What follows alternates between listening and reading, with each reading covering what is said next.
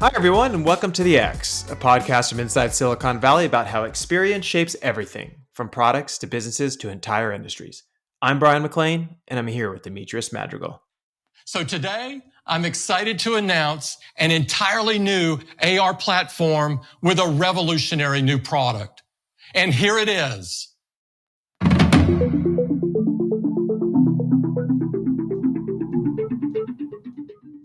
All right, everyone. Today we are kicking off Season 8.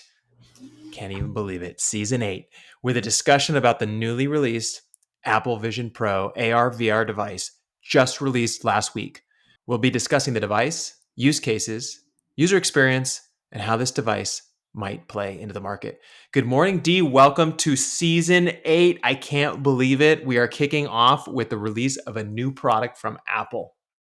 Or at least the announcement. I've heard some people have have been able to demo it. I'm really excited to demo it. Also, I know somebody who I'm certain is going to buy it. And I'm telling him, like, let me know when you get it. Come in by your house and check it out. This is really interesting, and it is something that's going to probably have a lot of debate. So we will probably be debating a lot of those things today.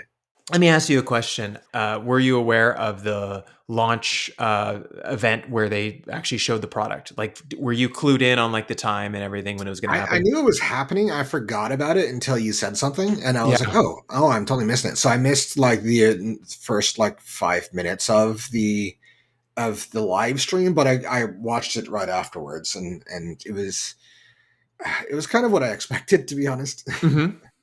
Okay. So what I'm curious about, and this is kind of where I want to start. Let's start from the top. Okay. What did you think overall of the presentation of the device? Like the way in which Apple kind of brought it out, showed everybody what it was going to be, how it was going to function. Like, what was your overall take on that?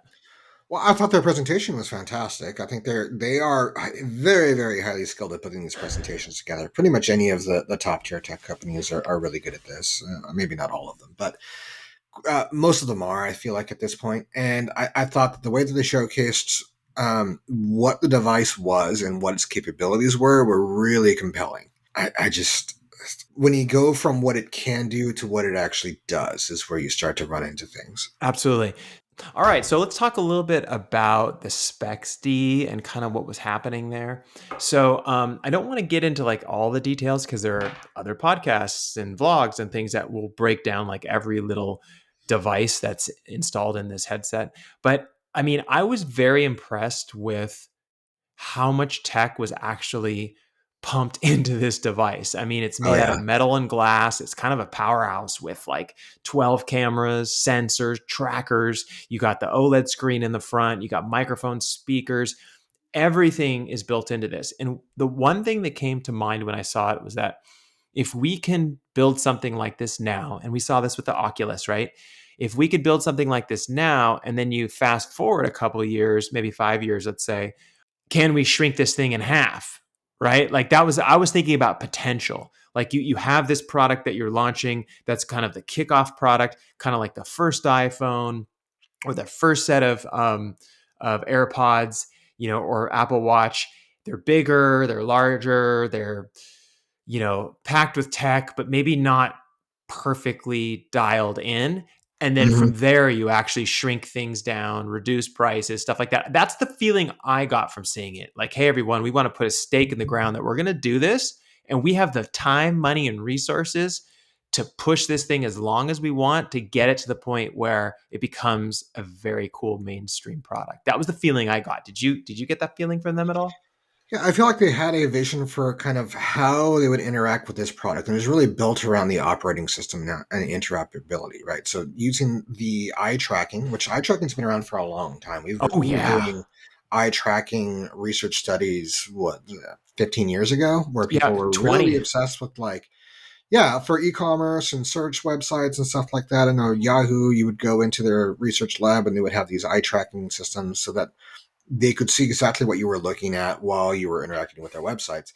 At the end of the day, I don't think it did very much. Like, I don't think it was super useful for what they were doing because you couldn't really draw conclusions from like, oh, hey, they looked at this thing for a really long time. Does that mean that they really liked it, or they were confused by it, or it angered them? Like, it was hard to tell what was going on there. Yeah.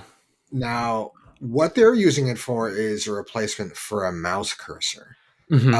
And from what I've heard, the experience that people have with this is that it works perfectly, which is really, really impressive. Yeah.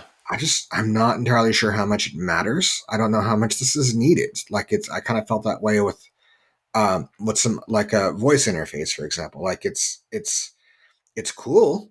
There are times when you want to use it, but it feels like it's fixing something that wasn't broken.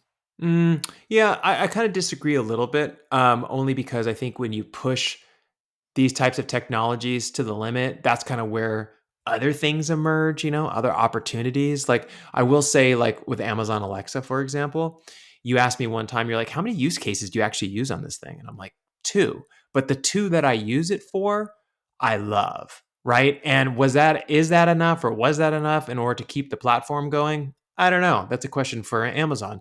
But I used it for like music, for example, and it was like seamless. I asked for something, it automatically went to the Amazon catalog, found it, played it. Like I liked that. I thought that was really good.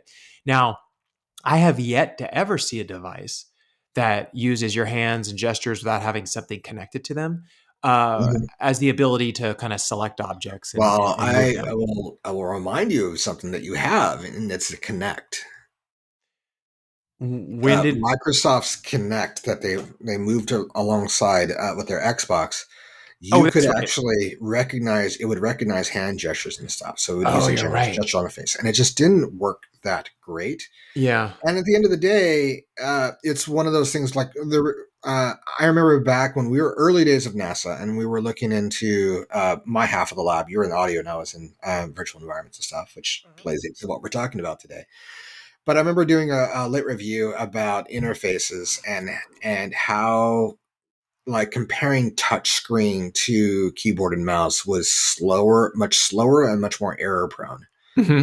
So it was, and I think that there have been advances in touchscreen technology, but still, whenever I use like any kind of touchscreen like keyboard entry, it's just inferior to using a physical keyboard. And I Yeah. think that's kind of like I think they're going to probably get the gestural interface for this much better than the Connect or anything we've seen before, because that's kind of what Apple does.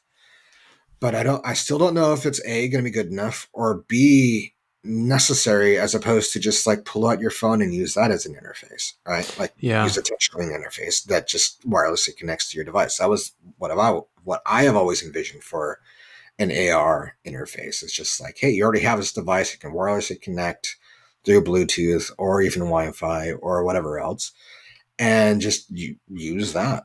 Yeah, I actually thought there was going to be some sort of connection to your phone, but it doesn't look Mhm. like it. This thing kind of runs on its own. It's going to have its own kind of app store and everything.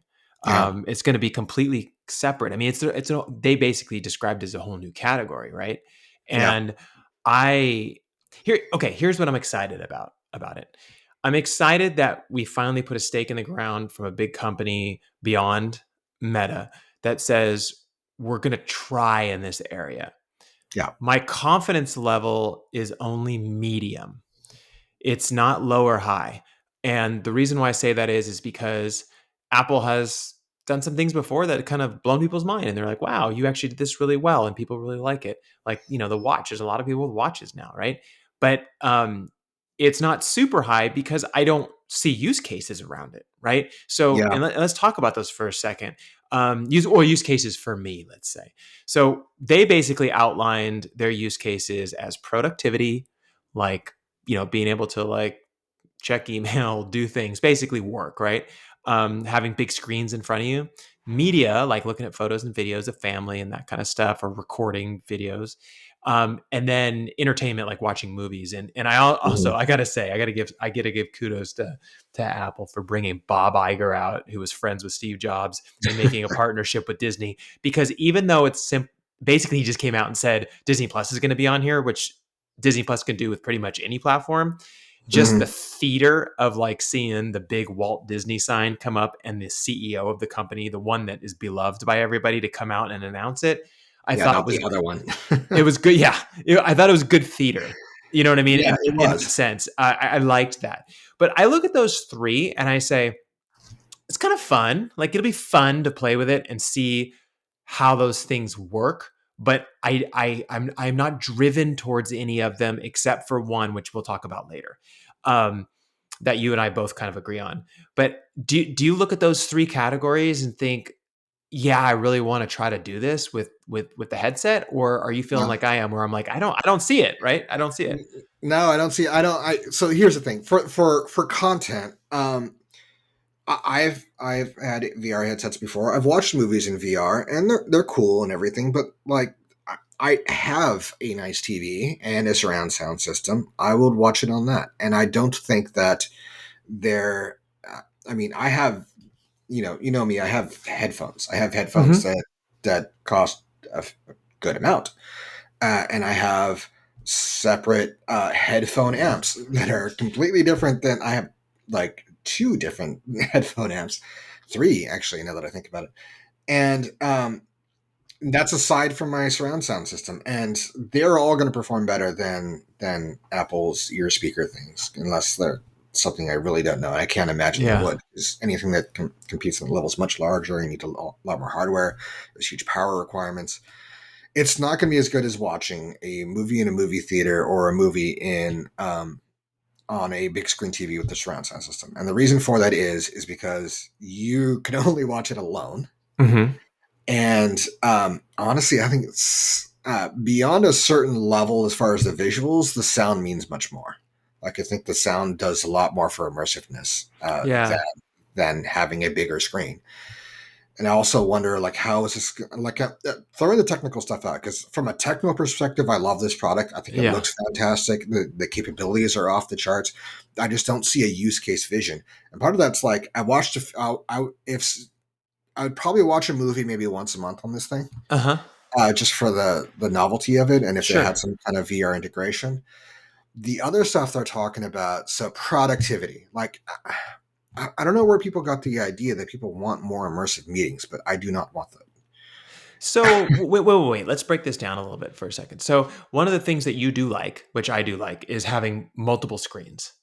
Mm-hmm. So my question to you is that if you were able to put this thing on though and have like two 20 or 30-inch screens right in front of your face, and you're doing data analysis or you're working on some stuff and you're able to move things up and down and all around and all that kind of stuff, and it's just huge in front of you with lots of space and good clarity, isn't that a good thing though?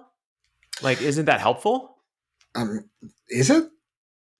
Let me ask you a question. If you have a bigger screen, Uh-huh. number one, you people who need a big screen probably already have it for Mm-hmm. work, right? Somebody who's doing visual design or maybe some interaction design or actual programming. If they need a bigger screen, they probably have it. Having virtual screens and stuff like that. Number one, it's way cheaper to just go out and buy like a high end Asus Pro Art. You can probably get three or four of those Mm-hmm. for the price of this, and you're probably going to need that anyway because you're not going to. This is not going to be a device to replace those. It can augment them and you can walk away and like, but are you going to want to? I mean, I like to get out of my office space from time to time. Yeah. I don't necessarily want to take it with me. Like, oh hey, you can I will grab my laptop and go work in the backyard. I don't If I'm doing that, the reason why I am is because I'm trying to get away from super immersive work environments and immerse myself in something else. Uh-huh. Not that I want like five giant displays in front of me, kind of putting me back into super work mentality, I right? mean, does this kind of basically mean that it's more tiered, like toward like museums and like places where you'd come in, you'd put it on, and then you'd have a like a short brief experience? Maybe productivity is like, I come in and I do some editing on my software, you know what I mean, like YouTube videos or whatever it is, and then I take my headset off, 20 minutes later, and I'm kind of done with it. Like more about that rather than like sitting down at the desk for 3 hours and trying to work through like Excel sheets. Well, that's the thing is like you're not going to want to use these exclusively, so you're still going to need the monitors, right? It's not a replacement, like I've said before. Same thing with the TV, because sometimes you're going to want to watch TV with your family, right? You're not or movies with your family. You're not going to want to like watch the latest episode of Ted Lasso and then hand the headset to your wife so that she can watch it like after you, right? Yeah. It's not what people look for. We've done this research. We know that TVs and movies are a social experience, right? Yes.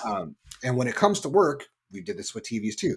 People don't want these on giant, big displays and stuff unless there's some element of their work that requires it.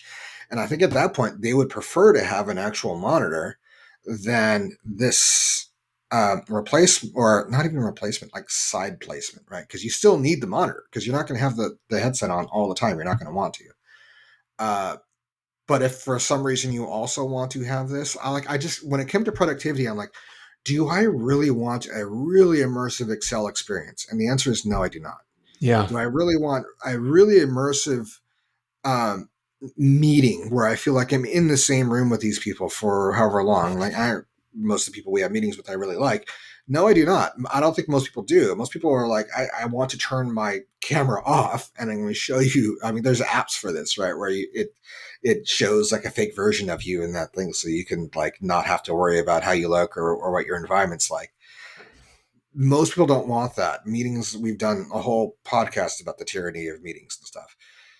People don't want their work to be more immersive. They want their fun to be more immersive. Hmm. And this doesn't really do that other than like kind of the movies and stuff. Um, so I don't like, it's not going to, those things aren't going to sell me. Hmm. It feels as though it's not for a consumer. It feels like enterprise. Like, do you really, let me ask you, if you had an immersive work environment that was enabled by this, what would that be? Like, what applications would you use and why? And how do you think that would affect your workflow? Yeah. So I was thinking about this because there's that old video that somebody put on LinkedIn or whatever where it shows an office from like 1960, and then Mhm. it makes the timeline go by, and suddenly all the things in the office start to disappear because you had a computer, right? You no longer need a stapler, you no longer need a printer, it's like all those things are starting to disappear. And then I thought about this and I thought, is this the thing that they're trying to use to say eventually we're going to take these monitors away and that's going to disappear as well? Right? Like Mhm. that was my thought. So when I think about my productivity, I'm going to have to frame it like this. Would it be fun to edit these podcasts using some big, huge, massive screen that's in front of me, rather than my normal? I don't know what this thing is. This is like 30 inches or something. It's huge. Maybe it's bigger than that. Basically, like, would it be fun to have it up on the wall and then be able to do my editing and listening and everything's all contained into one space like that? And use my hands to kind of like stop and cut and edit. It might be fun. It's not needed though. That's where I struggle, is that like I could see where some of this stuff would be fun and entertaining, but Well, I I'm going to point don't something see out real where it'd quick. be needed. Yeah. Yeah, I'm going to point something out. You said that could be fun. It could be fun. And the reason why I say that is I have this one lingering thing that I know we were going to talk about, but I'll just bring it up now, which Uh-huh. is having this thing on your face for a long period of time. Because if you go do the VR experience that they have at the mall where you run around and you like shoot things and stuff, when you're done, you see everyone come out and they whip off their headset, right? And they go, Hmm. whew, right? And they're like, you could see a line and they're kind of like tired and like, because you're like It's holding this. sweaty. It's sweaty, it's warm, and you can have the best materials in the world and it isn't going to fully remove it. It's going to Hmm. dampen it or lighten the experience, but it's going to still be there. And so I think about that. And I think about the fact that this is made out of glass and metal. And so it's going to be gorgeous and beautiful and all that kind of stuff, but it's also going to have some weight to it. And when you Hmm. have weight to something, it also means that your face starts to get tired and fatigued and your eyes get a little fatigued. So I'm keep thinking about this as in brief experiences. So like even when Bob Iger came out and talked about it, Walt Disney and it's going to be on there and stuff like that, I'm like, this is super awesome. Hmm. But a lot of those movies, whether it be Moana or whatever it is, these are hour and a half movies. So Yeah. am I taking like eye breaks now, like where I take it off, I rest for a while and then put it back on? Well, they can be 2 or 3 hour movies, right? I Yeah. mean, if you're using this for work, if you're in the situation where you're using this for work and you're all right, I'm going to use this. I'm going to get rid of my monitors. I don't need monitors anymore. I Uh-huh. have this, right? That's kind of the way that they framed this up at the end of the presentation. Where we think about the cost of a monitor and a computer and a TV and a surround sound system as though anybody who would buy these don't already own those things. Hmm. Uh, then this makes sense. Now, if you were to replace all that, can you imagine sitting with this headset on working, and the matter is 2 hours, so you have to be tethered in order to get to, you have to be plugged in to get to the 8 hours. Can you imagine Yeah. being plugged in using a headset for 8 hours? No, I can't. And that's the thing. But I haven't actually tried it yet. So like I have that little Yeah, caveat in there. Is like nobody has, right? Everyone's just getting into this sure. experience right now. Like we're recording this basically as this thing is announced. Hmm. Um, I have another issue which you probably won't ever hear on any other podcast. Uh, And I'm going to explain this to everybody. So D and I did martial arts for like 17 years, like combined. Like mine was 17 years. I think D is even longer than that. And one of the martial arts we did was a Japanese martial art that had a lot to do with your senses and where you are, where you're located in space as you're mhm. kind of working with your opponent.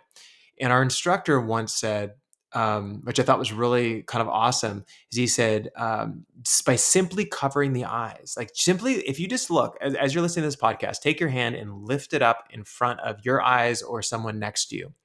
Just by putting your hand above their eyes, they naturally, from a kind of behavioral standpoint, start to feel uncomfortable. And you start to Yes. kind of move away because you're like, oh, I can't see you. I don't know what your next action is. And that's why we were doing this in martial arts.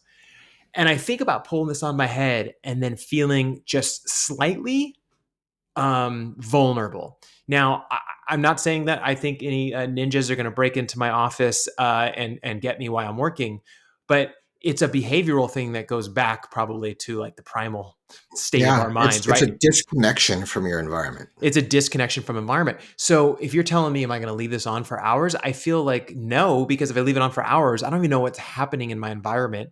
I can Yeah, lift this thing up after 2 hours and a lot has happened. It doesn't have to be something bad. It yeah. could be something good as well. Well, you're in a rich environment, right? Where there could be, a lot of people have kids and pets and all these other things, and you can't necessarily be like, okay, well, I've got to yank this off my head every time somebody rings the doorbell. Correct. Uh, so it's much easier to walk away from the monitor and come back and it's right where you left off. This one, maybe it has to like, reread your retina and stuff in order to log in, which I thought was really cool technology. That is neat. Yeah. You said something to me um, as a response to this, like just summing up your experience. You're kind of torn, and I feel the same way because I think it's a beautiful looking product. I think the technology is awesome, but what they're doing with it isn't great, and at least so far. And that might change. There were a couple of things that I'm going to point out that I was like, "Ooh, don't do that." Um, one was the camera is still creepy. Like So it's the funny because you say that, and I saw some people said that, and other people thought, oh, that's so cool because it doesn't make the other person in the room feel like you've disconnected from them. Yes, it does. It still does. Like when I saw the guy with the ski goggles taking photos of his kids, I was like, "Oh, this is a Black Mirror dystopia moment. Like this is like those poor kids. Like you at the birthday party and you've got like these giant ski goggles on and they can see like visual representations of your eyes." I was like, I would have rather they just not shown the eyes. Like awkward is better than creepy. Like the fake eye thing was just super uncanny valley. And then taking the photos and stuff of their kids and stuff, and then you can do the 3D photos and videos, which is cool, but you could probably only use it on this device. So you're either handing the device around so people can take a look at your vacation photos, like with old slideshows, or you can only send it to people who also have this device. So like we were talking about like, oh, what if you wanted to share this experience with your dad or something? You gotta buy him an extra $3,500 Oh, yeah, headset. You yeah, don't yeah. have Let's them frame this up so everybody understands. So we were talking about a use case that we're going to talk about in a second, and yeah, and he said, well, if you want to share it with your dad, that means it costs you $7,000 to do it. And I yeah. thought, oh yeah, that's true. It does cost $7,000 to experience it. Not to mention paying for the content. Yeah, not to mention. But I want to go back to this birthday party thing. Don't you think that once you start like wearing this device is quite large in my opinion for like roaming around a birthday party. But It like is. if you wear it at the birthday party, do you become like a glass hole at that point? Do I mean like the old Yes. Google Glass? Everyone was mad at them on the streets because it was recording all the time, and they were like glass hole, and they would like yell at them. Like I feel like you're gonna start to go into that area, because to me this feels like a private device you use. This is not a public Yeah, device. it's not public. I think it's worse than the glass hole, because with the glass hole, you could still see their eyes and their face, right? This is now like this person's in the oasis while you're at the birthday party, right? Just like, you don't know what they're looking at, right? They could be like playing Minecraft while you're blowing out your birthday candles, right? You think they're taking a picture of you, and they're like, "Oh yeah, whatever, take a picture." You don't know. And as you said before, as soon as you do something to cover up somebody's face, there's a perception from you and also from other people that you are now kind of separated. It's like when people have their iPads, their earbuds in, there is still, and this might change like with generational change, like 20, 30 years from now, Uh-huh. you assume that they can't hear you because those are the social cues from headphones, Yep. and earbuds. You don't assume that they've got pass through on, and you can just have a conversation for them. So like I mean, this has long been the case. Somebody puts their headphones on in a work environment, that means that you leave them alone unless you have something important to tell them, not that they're open for conversation. So if somebody's wearing these things, and I still think they're too big and they look great, but they're also kind of goofy looking. Well, to your headphone point, someone that lives in San Francisco had told me one time. They said, "Hey," because I was taking the train like every week, twice a week, going up to the Yeah, city and stuff, and they were like, "Put your headphones in when you walk down the street. Don't turn anything on." And all the people that are just like looking to bug, they're going to leave you yeah. alone. They leave everyone alone who has the headphones on because they know that you can't really hear, even though you're not Uh-huh. listening to anything. Well, that's the same thing. Like basically have these ear speakers over your ears, and now your face is covered up, and you've got these weird goofy eyes. It reminds me of like the googly eyes from Everything Everywhere All at Once. Yeah. Like you're right. It's a private experience. It's like I was trying to think of like who it was kind of for, and like they were kept pushing the productivity use cases, which to me was so weird. They're like, oh, you can bring up Lightroom, but I'm like, but why? Why wouldn't you? Well, let me reframe this a little bit. So I do not believe that a company as finely tuned as Apple did not do a tremendous amount of market research and conversations with their productivity partners, meaning people that like produce on Apple's, with the knowledge that if none of them want it, they're going to build it anyways. So I just feel like they niched this one out, this first one, with some amazing idea, hopefully, for the second version that would make everybody who's mainstream want it. Because like I look at it and I think I want to try this, I want to play with it, but I'm not. Yeah, I'm not going to buy one. Our company could buy one, and you and I could do testing on it. But then, like after that, I don't know what we're going to do with it. It's going to sit because we wouldn't use it. yeah. That's one of the things I thought. If somebody handed me this thing and said, "Here, this is a gift," Yeah. I would might use it to watch a movie every now and then. I absolutely would not want it to use it for work. That sounds terrible to me. Like it's like more immersive work. Most people like I like my job. Most people don't. Most people don't like their job, and I don't want more immersive work apps. The work apps are productive, they're not fun, and I don't want productive, Yeah. not fun to be immersive. Are That's they just trying to blend that experience, D? I like that. So you're basically saying my work is productive, not fun. Are they trying to say, can we make it productive and slightly fun? well, I will say this: my work is often fun. Hmm. My work apps are not. There's Mm. a difference. Do you want to be Most of the slacking work in apps, this? I mean, even the best work app is not fun. It's like just uh, think about like, do you really want to have a really immersive Jira experience or a Kanban or anything like that? No, but I look at this as like a okay. But Okay. First of all, I now feel you like can have multiple screens up, Brian. Let me yeah. lay this out for you. You can have multiple screens up. You can have your Kanban up over here. You can have your Excel spreadsheet up over here. You can have your presentation deck that you're working on over here. And now,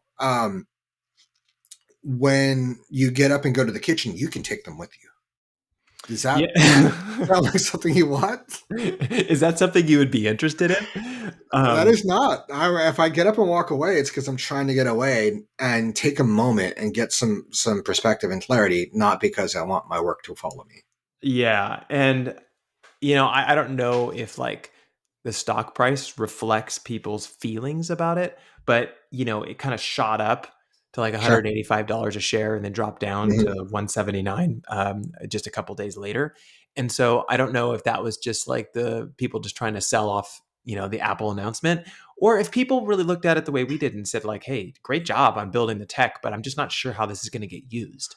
Well, It, to be clear, responding to the stock price stuff before we move on.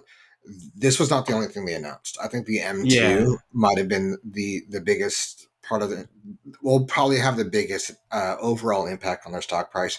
And at $3,500, they're probably not taking a loss on per unit sales. I mean, they have development costs to make up, and including for the OS. Uh-huh. But I think they'll be fine financially on these units. Oh, absolutely. Yeah. I think they, well, first of all, this stuff's already paid for. They already did all this. It's already done. I think that the number of people that will buy this and just play with it and enjoy it and stuff like that will probably pay off their development costs of the first version of it. But I keep thinking about use cases, and there is one that I really, really like that I've wanted for a really Oh long yeah, time. let's talk Now, about it. I want to be clear about something. I have actually tried so many VR headsets, D, and so have you, that it's unbelievable. Like I started trying VR headsets in 1994.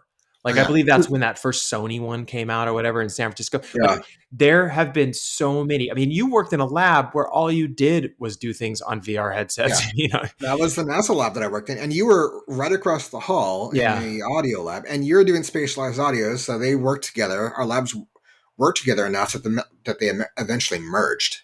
Yeah, and actually it's funny every time I hear the word spatialized audio cuz all the big companies now use it, it just Hmm. it just makes me laugh because like we were doing that in 2003, Yeah. 2002, and no one even knew what it was, and I had to explain it to everyone I talked to, and then now everyone knows what it is, and it's like, wow, it took a long time. But let's talk about this use case. So the use case is I would like to have courtside ticket. I would like to have courtside tickets to the Lakers. Okay, now this Now, I want comes to point from out that Brian lives in the Bay Area, and he has his entire life, and he actually grew up in the East Bay, but he wants tickets to the Lakers, not the let Warriors. me tell you why. Go ahead. So I Okay. love I love the Warriors actually. This is kind of a joke, this whole thing, but like is that in that show Entourage, if the guys did well or their movie did well, then Ari would take them to courtside tickets and they would sit there. And what was really neat about it is that they put them on the ground floor, and when they shot it, they shoot it looking up because when you're sitting down, you actually kind of look up and you're watching these big Hmm. tall players run back and forth and play and stuff. And I always thought, oh, that'd be really fun to do that at some point. And so I thought about it and I was like, if I can pop this thing on and then I am sitting in one of those seats for the Warriors, the Lakers, whoever, and I get to watch one of these games like that, and it's not laggy, it's super clear, and it feels like I'm there. It's like live, almost like streaming it live, but it feels like I'm sitting in the seat. When I turn my head and I look, I can see the side of the armrest. Hmm. I would pay to do that. I would pay to buy I a would ticket too. to do it. Now, would I pay $3,500 plus the ticket price? Probably not. But if you're just talking about ticket price, I can imagine paying upwards, and I've told you this before, $50 to pay for a ticket like that. Because those tickets would cost you $2,000, $3,000, $4,000 just to get a seat, right? So I Hmm. like that use case. That sounds super fun, but there's a huge caveat to it. The caveat is those games are not 30 minutes. Those games are No. hours. Yeah. So here we are again. It's a live game, and I have to take my headset off potentially to rest and everything in the middle of a game. So there is a bunch of questions that have come up here because number one, I'm really, really interested in this use case. I think it's fantastic. I love going to concerts, and I really enjoy going to some sports events, football, boxing, stuff like that. Yep. Now, assuming that the price per event is reasonable, which I think is $50 and under for a video stream, now you have some technical things to look at. Number one, you can have this thing on your head for a certain amount of time, and it needs to be lightweight. And they're saying it's super lightweight. People are saying it's good, despite all the glass going on. I'm going to assume that it's pretty lightweight. How breathable is it? Because every time I put on a headset for longer than 15 minutes, I turn into like a sweaty mess. Yeah. Number two is what's the quality of the stream? Because these are very high resolution displays inside that, and uh, if the stream stutters or if it lags or if it drops out, that's going to be pretty uncomfortable. And there are going to be a lot of people who get ill. And I Mm. remember a lot when we went to Disneyland together. You did not walk out of Star Tours feeling very good. Oh God, no! I'll never go on that ride again.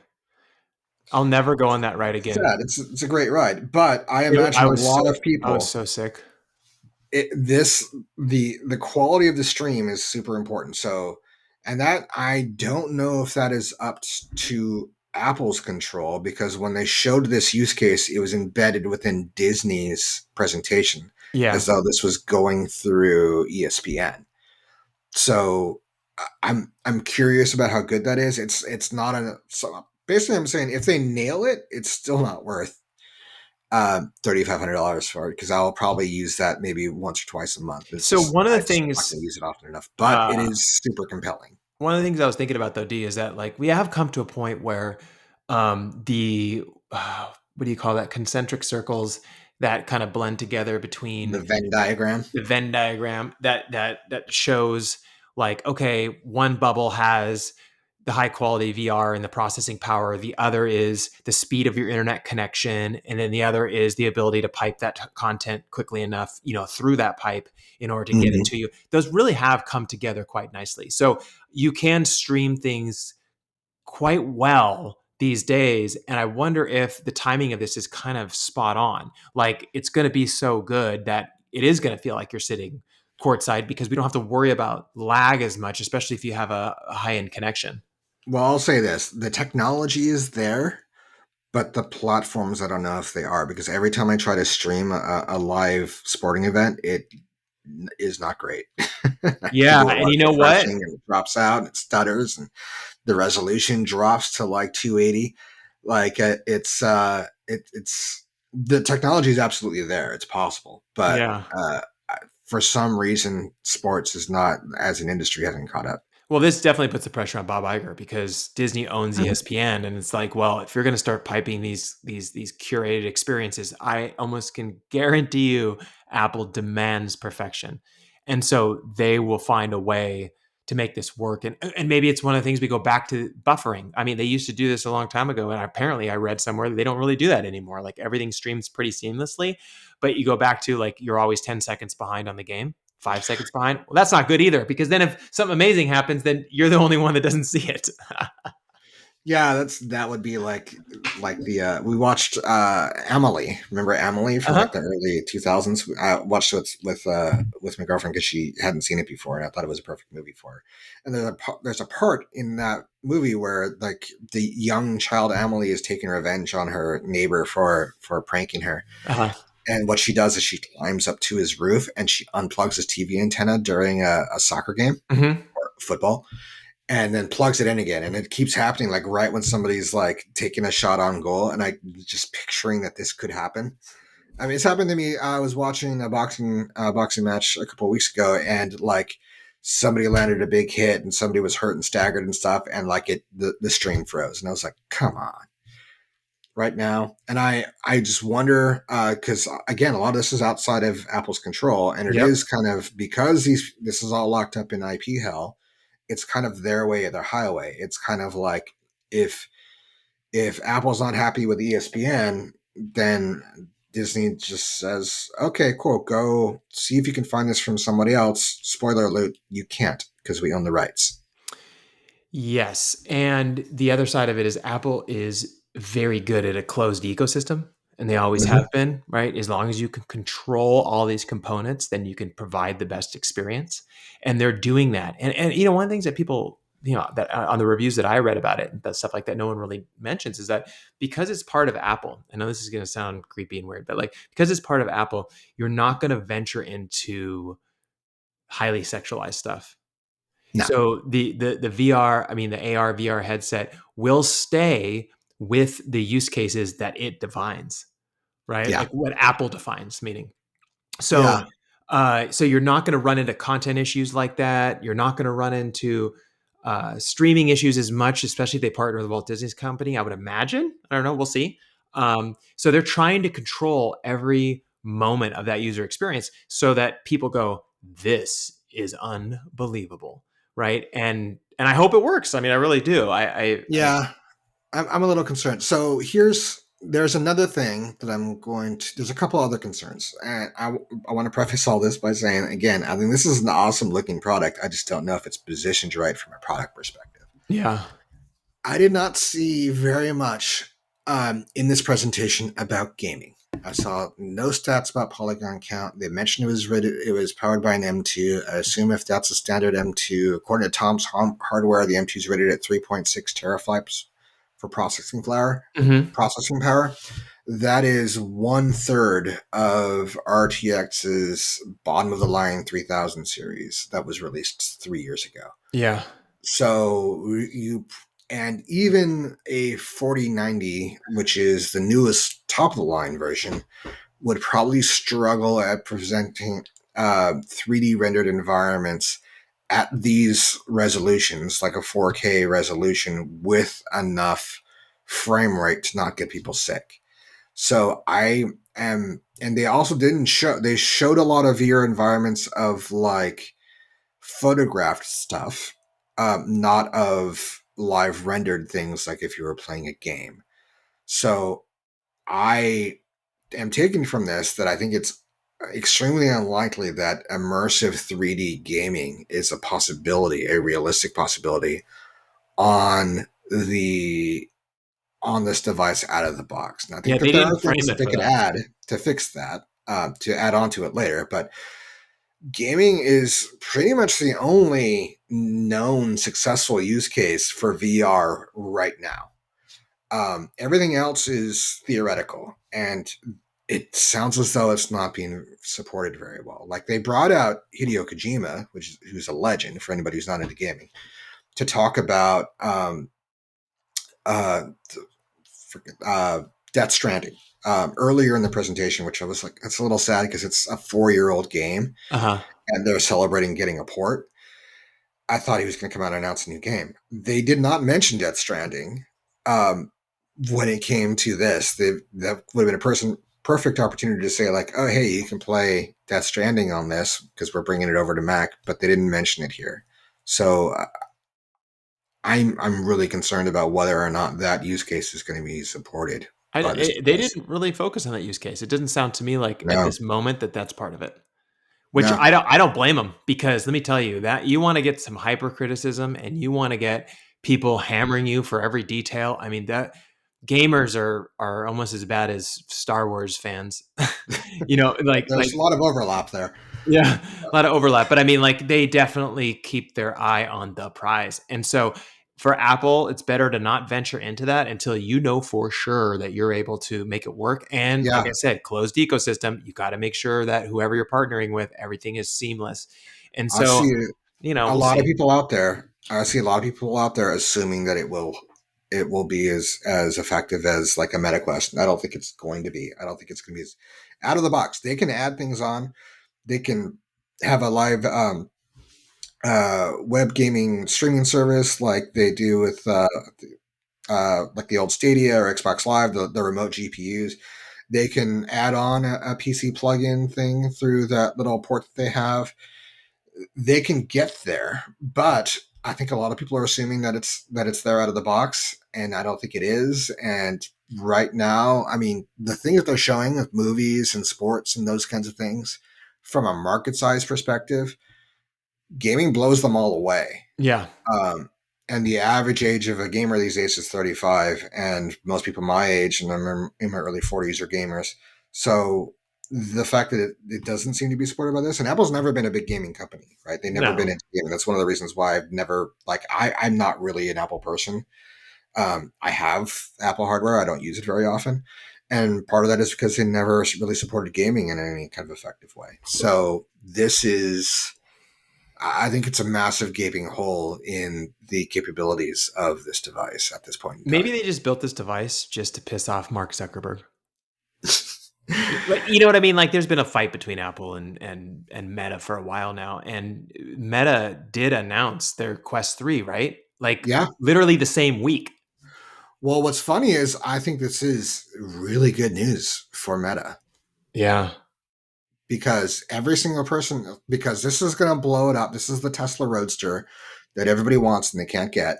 Yep. And the Quest 3 is that other, the Model 3 or the Model S that you can afford and you can go and get. So I think this is going to blow up Quest 3 sales. Yeah. So, what did you learn about the Quest 3, just briefly, before we wrap up? Like, how does it compare?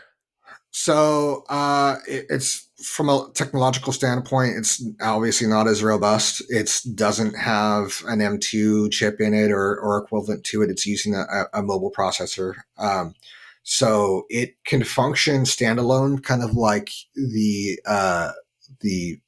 Vision. I keep wanting to call it a Vision Vision Quest. Pro. The Vision Pro does.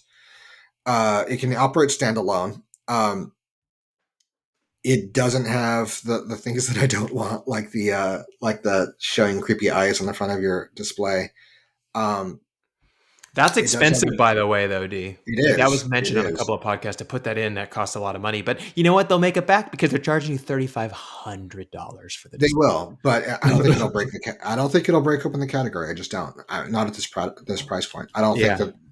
that there's another thing to talk about after this, but like so the Meta Quest 3, if you want to use it for gaming and for most of the established use cases, and if it's supported like those, it's I'm certain that it's enough to support that courtside experience. It just might not be.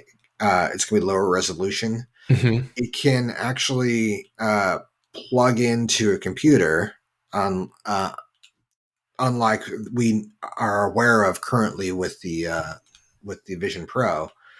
But so you can plug it into a PC with a 4090 and get like full processing power.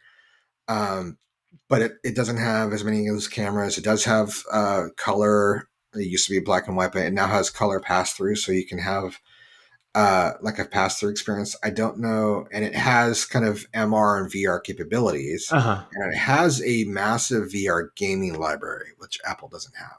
Yeah. So if you are what up till now has been a traditional VR consumer, which is Hmm. mostly going to be gaming focused, you probably want to buy the Meta Quest 3 Well, they basically split until the we know market. more about the Vision Pro. Well, they basically split the market again. So here we are again, right? So it's like, oh, you want gaming and all that kind of stuff. You go to the Quest 3. Oh, you want productivity and watching courtside at the Warriors or the Lakers, right? You go get the Vision Quest Pro. I mean, Vision Quest Pro.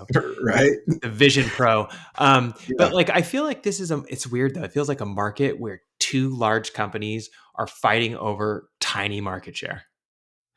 Well, I mean, I looked it up. Meta has announced or has sold 20 million units up till now Up of their till now, it's previous. been 5 years, hasn't it? Yeah. Well, I think it's been more than that because it's counting all the Oculus units, right? Mm, So I think that the VR gaming market is the biggest one, like when it comes to VR. yeah. Uh, Apple's trying to break a new category. They're trying to break a new market, which is product. I think primarily productivity and pre-recorded videos. So I think that is again. I think the productivity thing is like who buys that? The only people I can think of they're not even buying it; they're having their company buy it for them. But executives who want to try out this new toy. Yeah.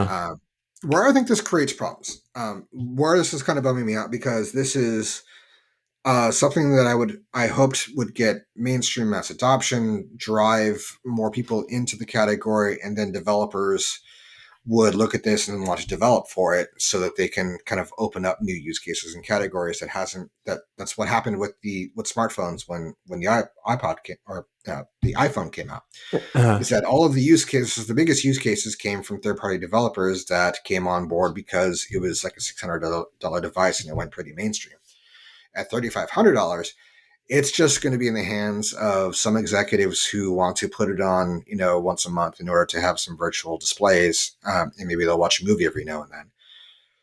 But that is not enough of an install base to get companies to invest, millions of dollars in order to develop new experiences for them. That's more of like, all right, well, maybe we'll do a port of our existing stuff, which is never what kind of like shapes new experiences. You don't shape experiences with ports of other stuff. Yeah, one of the things that comes to mind is that like, Apple users tend to be wealthier. Like if you actually look at Sure. the pie chart or whatever, this feels like Apple's kind of pushing the limits to see how much they can charge for something. Well, the people who buy this are the same people who are going to buy the Mac Pro Studio, whatever that thing is, the cheese grater, right? Yeah. So I would look at what are their sales numbers for that, and then that's probably around those same sales numbers. And then there comes a question of like, do they cannibalize each other? Yeah, I don't know. So I mean, yeah, I feel like this is partly an experiment because there's a lot of products that come out and we go, I could see how that fits in. Like when they made their AirPods, right? Even though some people made fun of them, I think we did a little bit about the design. We were just like, oh, they're a little long or whatever it is, right? Their first version. We never made fun of them for the quality of the product. We were just no, looking at how they designed it. And we're like, oh, they should be shorter or whatever. Now they look exactly the way that I imagined them originally. But someone the other day was saying that if you took that company and pulled it out of Apple, it'd be a Fortune 50 company. That's how well they've done like on oh those. yeah, they've But done very people well, and all need those. Everyone uses them though. That's the thing. Is like that these are all products that the ones that they have like wearing a watch or having, earbuds or whatever. These are all things that everybody uses or needs or has had for a long time.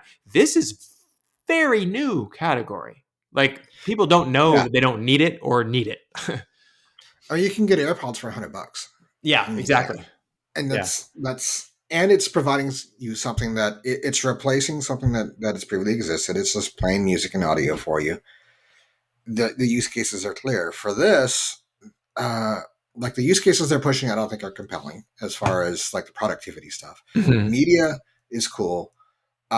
It's gonna be really dependent on who develops for it and how much they're willing to devote to it. So they have a relationship with Disney, but if you are Warner Brothers, Mhm. Discovery, who just laid off and a bunch of people and canceled a bunch of stuff, they're in like they've been in cost cutting mode for a while.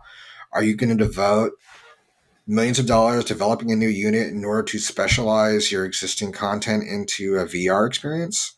A VR experience for this headset that doesn't always work, doesn't also work to some extent on like MetaQuest and other headsets? I don't Mhm. think so. I think it's going to be like, all right, we're going to go for, if we're going to invest the money from a content perspective, we want to get it out to a broad audience, Yeah. not to a small, high margin audience, because that's not how content sells usually. Yeah, only time will tell. But this seems like a wrap for today, D. I mean, Yeah. this is this has been anticipated for quite some time. I just didn't expect the cost to be where it was at. Like, remember, I was joking with you. I said, like, "Oh man, it's gonna go crazy high, like 1995, like almost $2,000." And then it Yeah. went 3,500, and I was like, "What?" So, you know what I mean? It was like it kind of threw me off. So I am gonna track this real Yeah. closely, like sales and And, everything. and I'll sum up by saying, like, this is based on what we know now and based on their current product strategy. That can very well change. They could add on the streaming gaming service. They can add on plugin. They can release a lower cost version. They Yep. can maybe somebody will come up with some crazy use case that nobody's ever thought of before. I just think for the way things are put together now, I just don't think it adds up to mass market success. I think it will probably have some niche success, but it's not going to like break the category like the iPhone did. Yeah, I agree. I agree on that one. Well, this is a wrap. Thank you everyone so much for taking the time to listen to us today. We really appreciate it, and we're happy to be back. Season 8. We're super excited. We have some guests lined up. Dee and I have some product reviews we want to do. So we're going to have a fun time this season. If you want to leave us any comments, which we've been getting some comments on YouTube, we're at the X Podcast. That's at the X Podcast. And like we always say, we love it when you share this podcast with your friends. So if you found it interesting or informative, please subscribe and leave a review on whatever platform you use. Thank you all, and we'll see you next week.